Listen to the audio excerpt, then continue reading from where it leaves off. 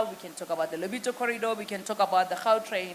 Once you do have that level of certainty around political risk, financial risk, the certainty of recovering your investments, I think the investments do flow into the country. Makola, thank you very much. So the common theme I hear from what works as a collaboration between private and public sector is governments have seen that private sector can add value and need to bring in the funding. The funding, I heard as a common theme, should come from Africa. You believe funding does not need to come from outside the continent necessarily. While there's African funding, there's local skills that can be harvested. And having a good private-public collaboration will unlock value far beyond the actual rail line. Those are the themes I've been picking up from this conversation. Makola, gentlemen, thank you very much for contributing to this panel. I really appreciate your points of view from across the country. Ladies and gentlemen, may I ask for big applause for our panelists. Thank you.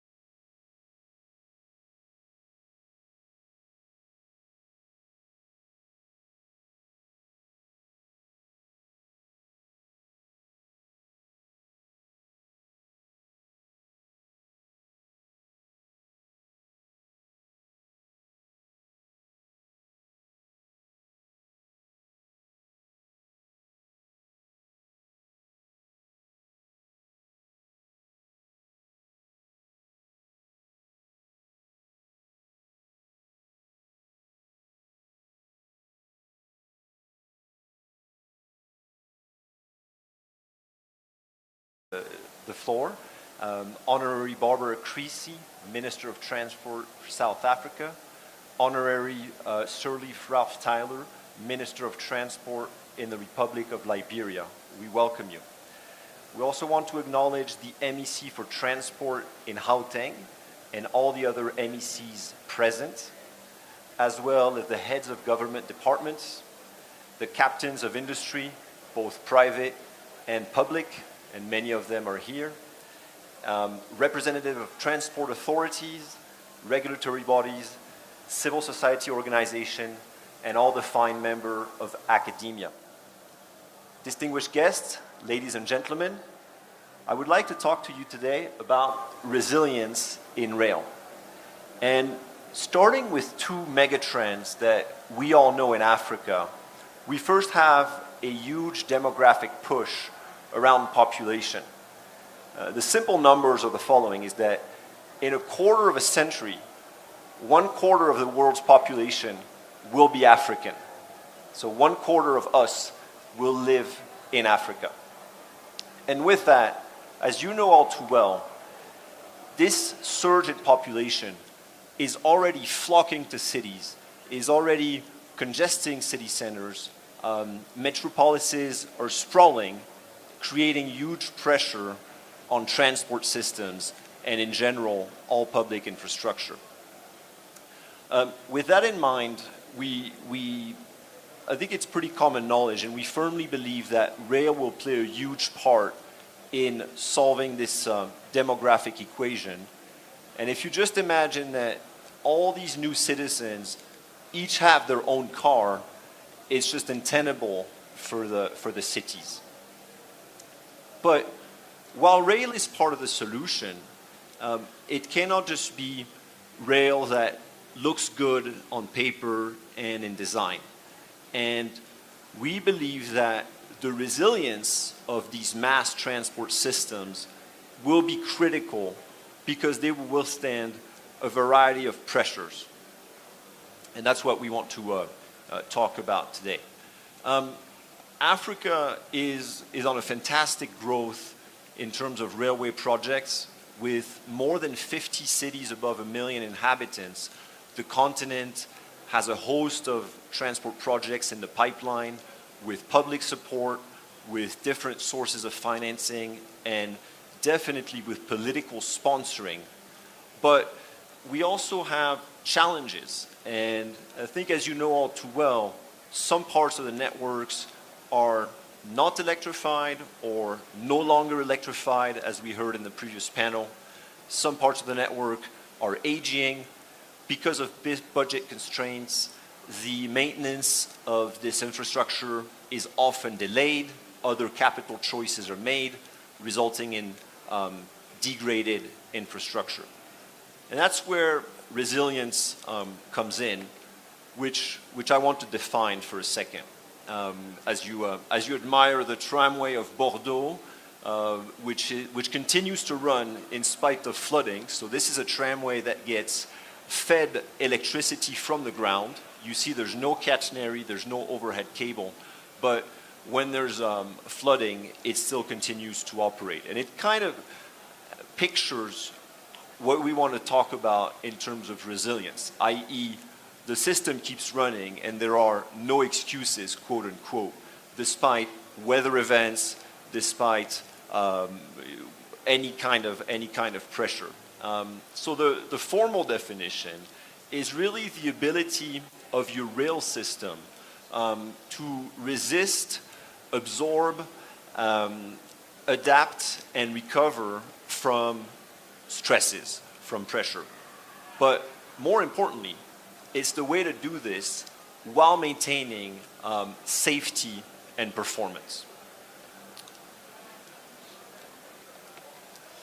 So you might ask, okay, but how from here would we get on a path of building in resilience into a system? What does it take to have those characteristics, and how do we go from the current state to a more resilient state?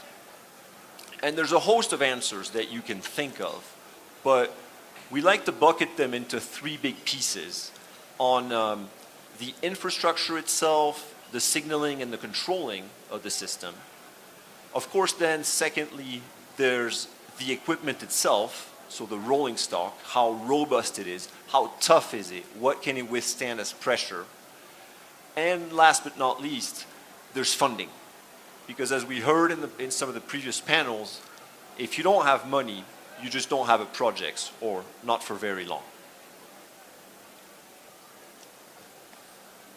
So moving to the first block on infrastructure, signaling and controlling, I think we all hear a lot these days about AI, about data, about understanding what the data means, drawing insights from data. And the way it applies in mass transport systems is with a host of captors, sensors, and measuring instruments that will capture this data both along the tracks and in the stations. And so whether you're talking analysis of your system, for example, in the communication systems, or sifting through the logs from the signaling logs, understanding what is physically happening on your point machine or on the level crossings to detect when these have a risk to fail, or when they're showing premature signs of usage that it may be time to replace them before they fail, and other equipments along the track. In the station themselves, with the focus on energy frugality, there's many ways to measure energy consumption inside the stations and how the stations behave from an energy standpoint. And also video is an obvious source of data. So with the assumption that private rules are respected, it's a much cleaner way and simpler way to count passengers. And that's important to understand at which time of day is your platform crowded, on which part of your platform are most of the flows going, and to detect patterns. It's also a fantastic way to bring the best help to disabled passengers. Resilience is also something that customers can build in via their maintenance models, meaning via the service that they bring to their vehicles. And it's really about choosing for the customer which maintenance model they will have. And that can start from a simple on-demand call of spare parts and repairs, which is all the way on the left, to a fully fledged long-term service support plus, which essentially means that the whole service and maintenance activity is taken over by a private company, for example, Alstom, up to the level of being accountable for securing standards of quality, safety, reliability, and availability on behalf of the customer. Or as you see up on the top, it can also mean managing the inventory for the customer. And then there's various ranges in between, but it all goes in the same direction of resilience, in that when the customer has their parts on time and these parts are mounted on the trains, then the trains can more quickly return a service or not interrupt service, either in passenger applications or in freight applications.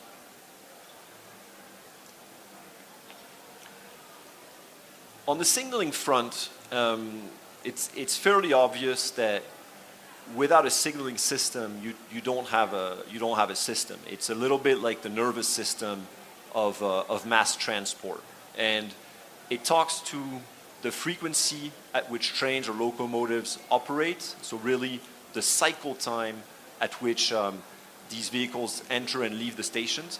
And one interesting example that comes from India has been hybrid train detection.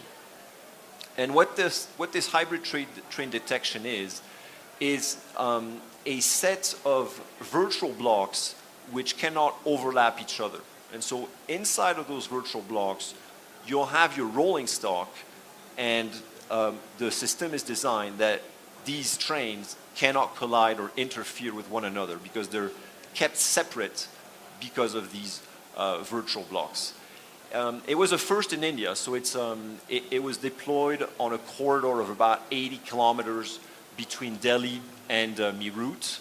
And it's also a system that's been interfaced with the platform screen doors, meaning that these doors in the stations can only be activated by the detection of the train and by a system, which means more safety for passengers in the stations. Most crucially, what the system has delivered for the community and the customers in India has been the travel time reduction. What used to be a 100 minutes trip between these two cities is now down to 1 hour. And so with that technology, all the while increasing the safety standards. So with that technology, the day-to-day commute of Indians and also the fare collection from the authorities has been completely changed, and also with a more resilient system. It's obviously got an impact on CO2 emissions as well. This hybrid train detection quickly is a reference that's also been deployed in other places, in Rome on about a 56 kilometers line, and on a long stretch of rail in France between Paris and Lyon of about 500 kilometers. So there are various stages of execution, but it is in service in India. And we at Alstom believe that there could be applications for such a system on the continent because of its rather quick implementation, yet game-changing nature in moving to virtual blocks and having the latest in signaling technology. The second pillar around rolling stock, and really, so essentially your vehicles, focuses on hybrid vehicles. We think that to be resilient, you also need agility. You need to have options. You need to be able to adapt on the move. And one way to do that is to have vehicles which have different power modes, which can be propelled with different fuel types. And I know that many people in this conference are in the business of batteries, or many people in this industry are thinking along these lines, trying to provide flexibility to operators and trying to provide with options whenever an electrified part of the section has been de-electrified, whether that comes from vandalism, from theft, from natural events. So the industry is brainstorming this. What Alstom wants to bring into the brainstorm on the passenger side is a diesel-electric power car. And it's pretty simple on paper. It's really about installing this power car in the middle of the consist, which will provide electricity to the motor cars. So it's still an electric train in a way, because this diesel pack provides electricity to the traction, and the traction remains electric. So what that achieves, it really gives the driver of the train and the operator an option between going diesel or staying with electric, and always comparing the benefits of each solution. Now this development has got some use cases that are being studied. For example, in Nairobi, Kenya, it's public knowledge that there's a World Bank program to study a project, and this could have a practical application there. In the Eastern Cape, which is plagued by less electrified parts of the network, and other parts in South Africa and beyond, Maputo to Nelspruit corridor could also be an idea, because that's a line which has a lot of tourist interest, and which part of that line is not electrified, and with huge challenges at the border crossing with delays. So perhaps a train line, if working, could reduce these custom times. And then Botswana, just to name a few, but there are others. A similar but different application exists in the space of locomotives, to move freight. And without going too deep into it, it's a pretty similar idea, except that this time you don't add a power car. You just work with the existing locomotives and you try to reorganize the vital organs of that locomotive to fit in a diesel pack. And what that allows is really to continue to operate. It will not be neck-breaking speed. It will operate at 20 kilometers per hour. Nevertheless, that's a huge change versus having a loco that it remains stuck because it doesn't have a catenary, it's missing electricity, even if it's only missing it for a few kilometers. So this solution will allow you to bridge on an unelectrified section of the line and continue operations, which really means continue to generate revenue for the operator, which is all too critical. So less interruptions to revenue earning rolling stock.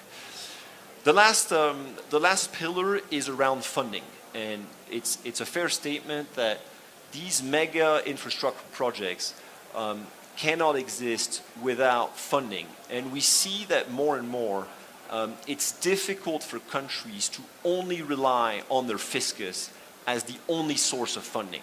And there's a case to be made for diversifying the sources of funding. Of course, the fiscus will always be predominant, but bringing in other solutions to top up the budget. And that we've talked in the previous panel on PPPs. Alstom's uniquely positioned because of its industrial footprint to have access to a whole host of financial players, be that development agencies, governments, investment funds, and export credit agencies, plus ROSCOs, which we try to leverage to stitch together some deals in the PPP space, that's a cross-section of them, or also in EPC plus F schemes, where we combine ECA funding, DFI funding, and development funding, also G2G. We think that the key is not to try to identify the one source of funding that will be silver bullet. That's not been the experience we've had on the continent and beyond. The successes that we've seen governments materialize and operators materialize has come when different sources of funding have been stitched together, have been collated, and have been essentially allowed these projects to be sustained over their long lifetime. I mean, some of these projects, they will go for 20 years. And so you have to have a very, very robust financing setup to sustain that time. And there will be changes politically in that time. There will be a whole lot of things happening. The price of the barrel will fluctuate, price of commodities will change, creating pressures on the national fiscuses. Okay, those are just a few words on the financing side. As I conclude, I want to leave you with Alstom's absolute commitment to the continent and to be part of solutions for mobility on the continent. We've been present for decades in South Africa and on the rest of the continent, but more than ever, we're ready to act as a responsible private partner and really participate in any private sharing participation. I thank you for your attention, and I look forward to seeing you on the stands.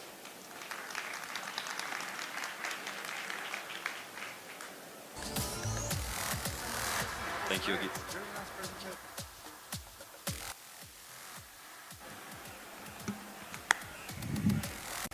Great words there by Tristan. Very interesting presentation. I implore everybody to go and visit the Alstom stand. It's just outside. Everybody heard Makola speaking earlier on the various PPP points, and I see Sasha's also sitting in the crowd, so please do chat to the team. They are a key supporter of stimulating rail development in South Africa and more broadly throughout Africa. And without further ado, we are running just on the nick of time, and I'd like to very quickly introduce our next session, which is actually the keynote address, and it's essentially to welcome everybody to Africa Rail 2025. And with that said, I'd like to introduce the Honourable Minister of Transport of the Republic of South Africa, Miss Barbara Creecy. Please could we give her a warm round of applause.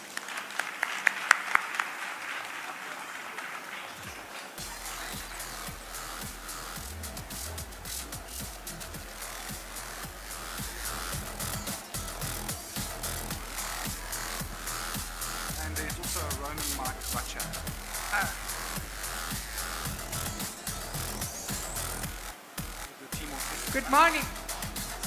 How's the sound? Bad. Good. Only people in the front row are raising their fingers. Clearly, we're not audible in the back row.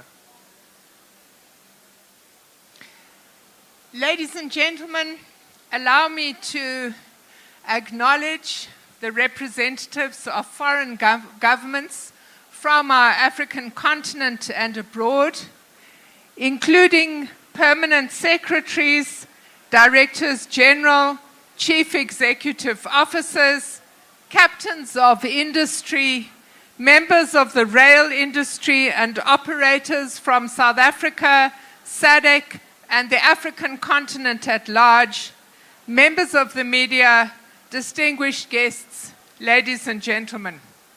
Thank you very much for inviting me to deliver a keynote address at this, the 25th African Rail Conference and Exhibition, with the theme Invest, Development and Technology for Rail Operators, Users, Government and Investors. When I look at the 12 themes that are going to be discussed during the course of this conference, I am convinced that this event is taking place at an opportune time for South Africa and the African continent as a whole.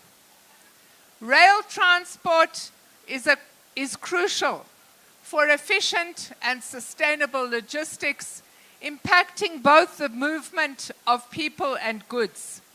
It's particularly important for long-distance freight, potentially offering efficiency, cost effectiveness, and of course environmental benefits compared to road transport.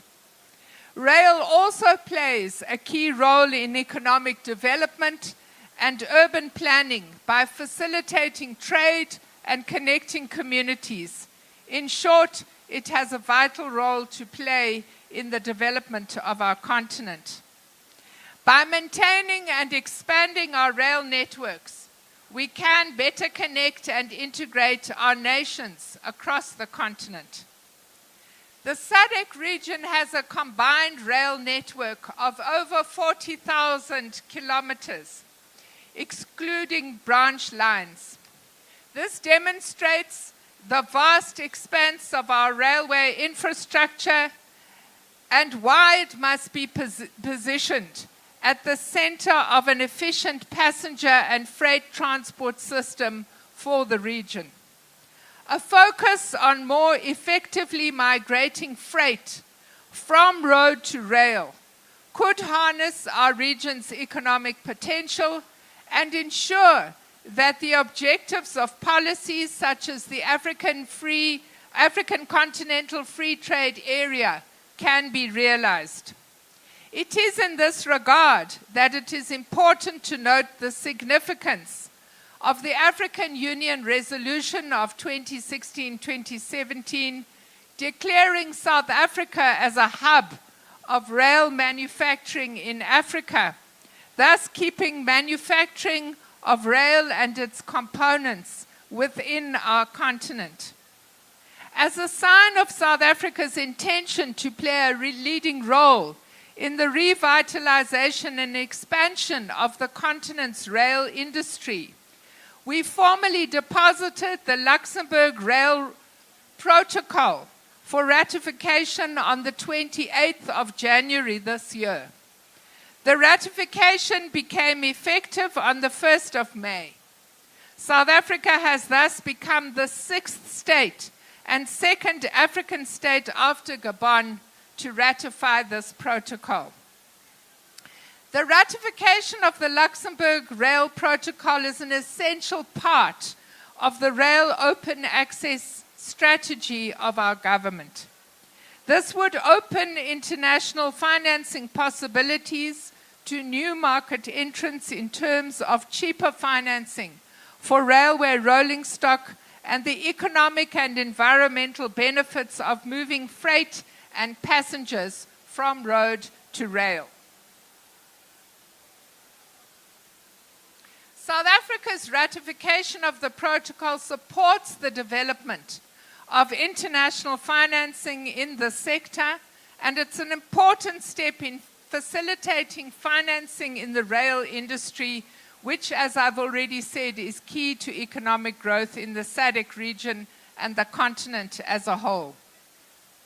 As a country, we therefore encourage all countries in the region and continent to consider this important instrument to enable rail investment with favorable terms that will foster interoperability of our railways.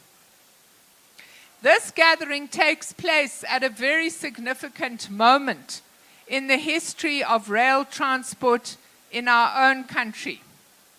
Our country has embarked on a massive rail reform program that seeks to improve the performance of our economy through revitalizing the freight logistics and also the passenger rail sector.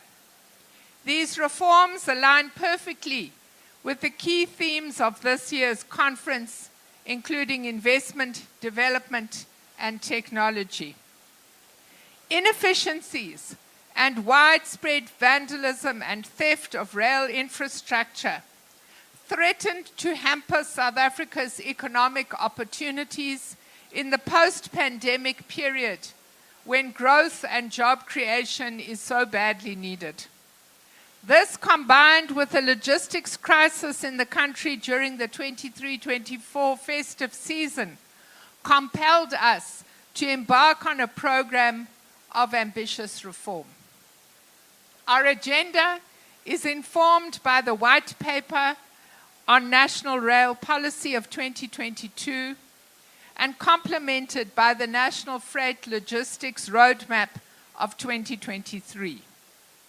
The National Rail Policy aims to position the rail sector as the backbone of the transport value chain and foregrounds the importance of economic regulation to enable private sector participation and third-party access, while the rail network and port infrastructure remain state-owned.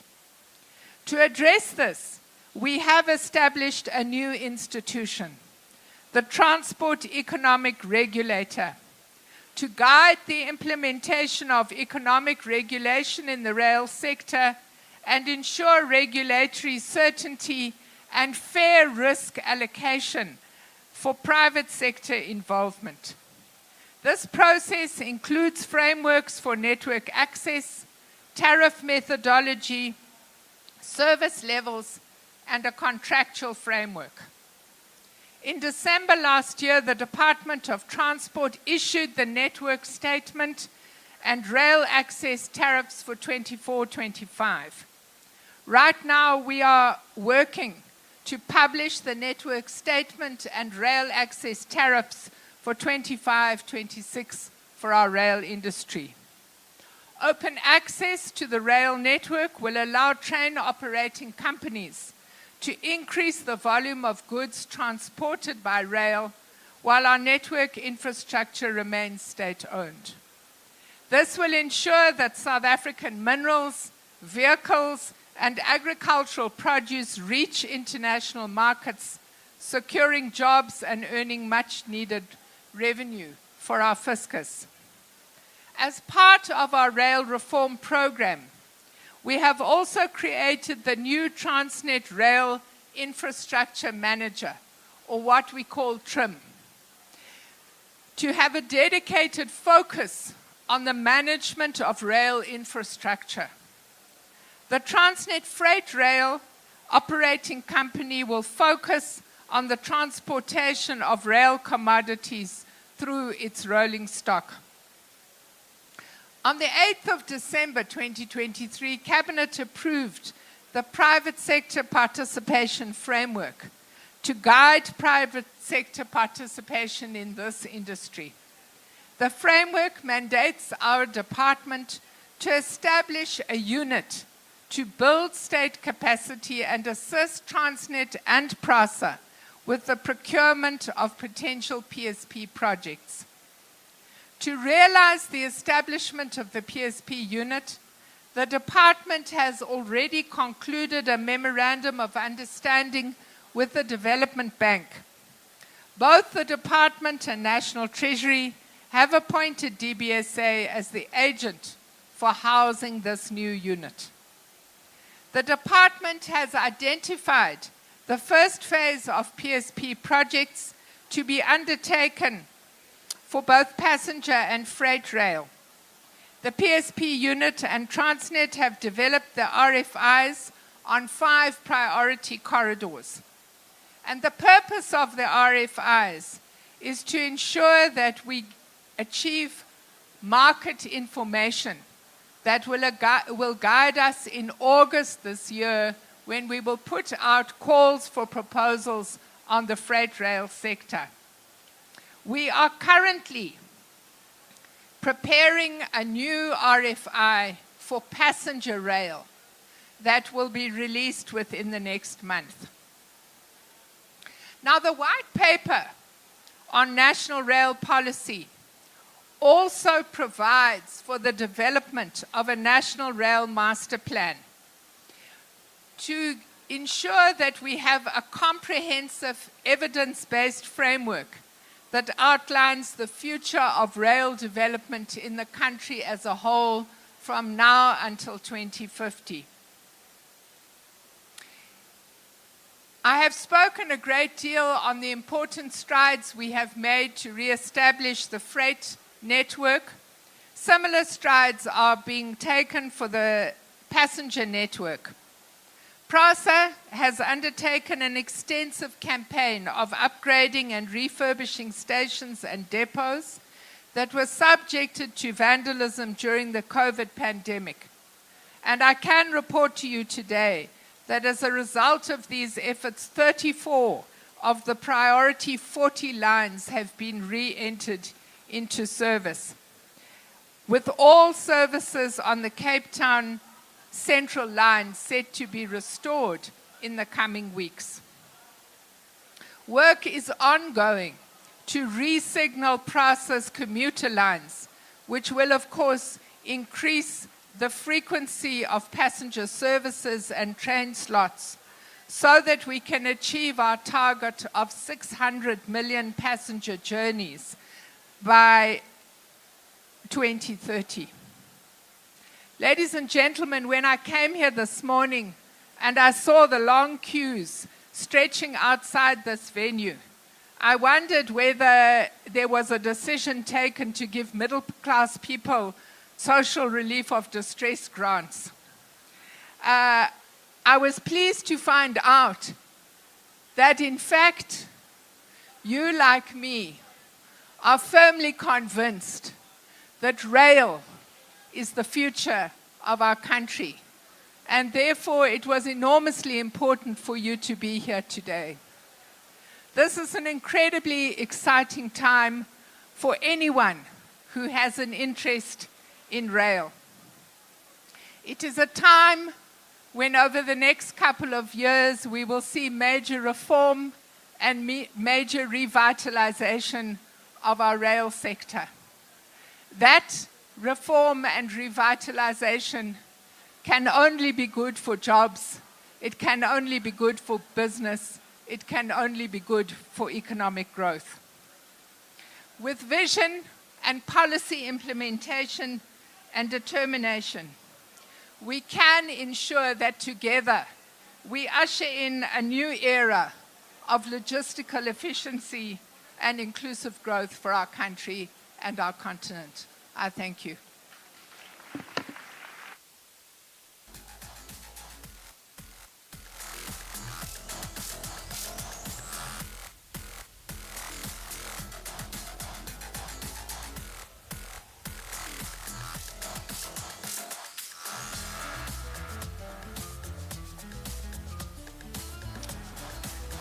Very important words said by the Minister there for us all to take and heed as a bit of a call. With us ratifying the Luxembourg Protocol, it essentially means that we can get more rolling stock onto our tracks. And with that said, over time, it's going to become more and more affordable for us to actually use those same tracks as passengers. Just a quick note before I introduce the next session. There's naturally quite a lot of you in the hall. I'd just like to request that when you do start filing out, that you do so carefully. And I'd just like to request that everybody that's sitting by the door just open up a bit of space so that everyone can file out. We just don't want to have a bit of a concern there and a bit of a bottleneck. So please do make space for everyone that would like to exit the theatre so that they can. And with that said, I'd just like to introduce our next speaker. We did have the Honourable Mr. Sirleaf Ralph Tyler, the Minister of Transport from the Government of the Republic of Liberia, set to speak to us.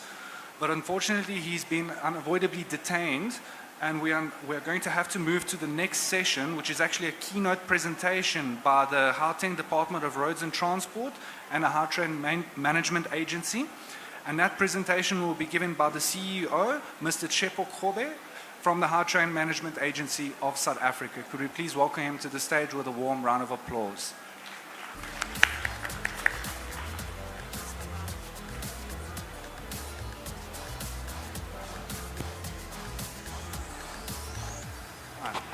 And for the media